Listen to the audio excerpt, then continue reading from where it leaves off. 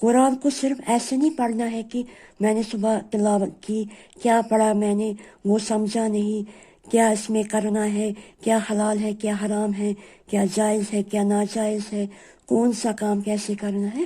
یہ انسان کو ایسے قرآن کا مطالعہ کرنا ہے۔ اسی طرح یہاں پہ زکریا علیہ السلام کے بارے میں ذکر ہو رہا ہے۔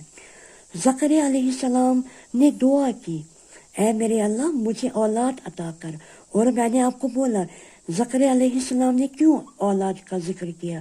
یہ نہیں ہے کہ میری مال میرا دولت وہ لے جائیں گے، وہ کہہ رہے تھے جو میرے بعد نصیحت کرنے والا تو کوئی ہو، وہ تو کوئی ہے ہی نہیں۔ زکریا علیہ السلام تو نجار تھے، یہ تو خود اپنے ہاتھوں سے کماتے تھے، وہی کھاتے تھے۔ تو اللہ کا ذکر جو نصیحت ہے اس کو آگے بڑھانے کے لیے چلانے کے لیے زکریا علیہ السلام نے دعا کی۔ تو ہم کو بھی دعائیں ایسی کرنی چاہیے جو دعا اللہ تعالیٰ قبول بھی کرے، اور وہ دعا وہ چیز ہم کو اللہ کے قریب کرے، چاہے وہ نکاح ہو، چاہے وہ جاب ہو، چاہے وہ کوئی بھی ایسی چیز ہو، ہمیشہ یاد رکھے وہ دعا ہمیں اللہ کے قریب کرے۔ مطلب جو ہم مانگ رہے ہیں وہ ہمیں اللہ تعالیٰ کے قریب کرے۔ اب زکریا علیہ السلام نے دعا کی، اب جواب کیا آیا؟ اعوذ باللہ من الشیطان الرجیم، یا زکریا اے زکریا انا نبشرک بغلام، ہم تم کو خوشخبری دیتے ہیں غلام کی۔ غلام کہتے ہیں عربک میں لڑکے کو، بوائے کو کہتے ہیں غلام۔ نسمہ یحییٰ، اس کا نام ہوگا یحییٰ۔ اب دیکھیے نام کے ساتھ اللہ رب العالمین خوشخبری سناتے ہیں زکریا علیہ السلام کو، اور کہتے ہیں لم نجعل لہ من قبل سمیہ، اور ہم نے اس سے پہلے اس کا نام بھی کسی کو نہیں کیا۔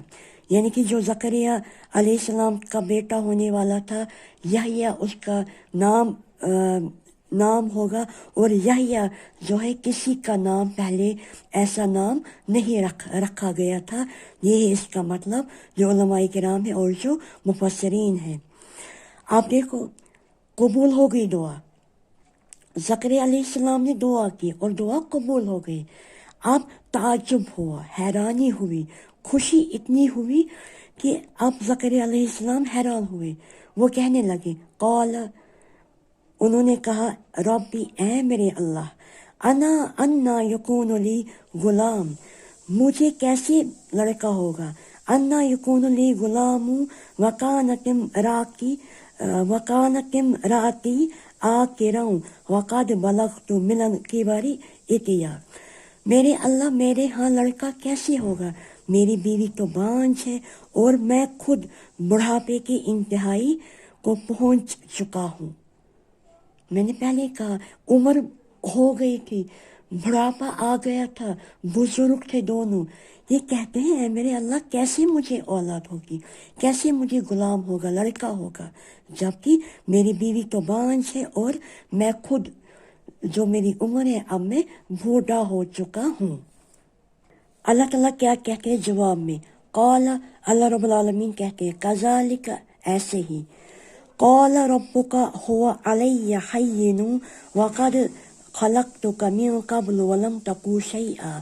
تو اس نے کہا کہ تیرے رب نے فرما دیا یہ اللہ ایسے ہی ہوگا، یہ آپ کے رب کے لیے بہت آسان ہے، آپ کے لیے تو مشکل ہے، آپ کے لیے تو ناممکن ہے، امپاسبل ہے، مگر اللہ رب العالمین کے لیے یہ تو بالکل آسان ہے۔ اور وہ وقت بھی یاد کرو اس سے پہلے جب تم ایسی چیز تھے کہ تمہارا تو ذکر بھی نہیں ہوا تھا۔ اللہ تعالیٰ فرماتے ہیں سورہ دہر میں، سورہ انسان میں، انسان کے لائف میں ایسا وقت بھی آ چکا ہے کہ وہ ناقابل ذکر شاید تھا، ایسا بھی ہو چکا ہے۔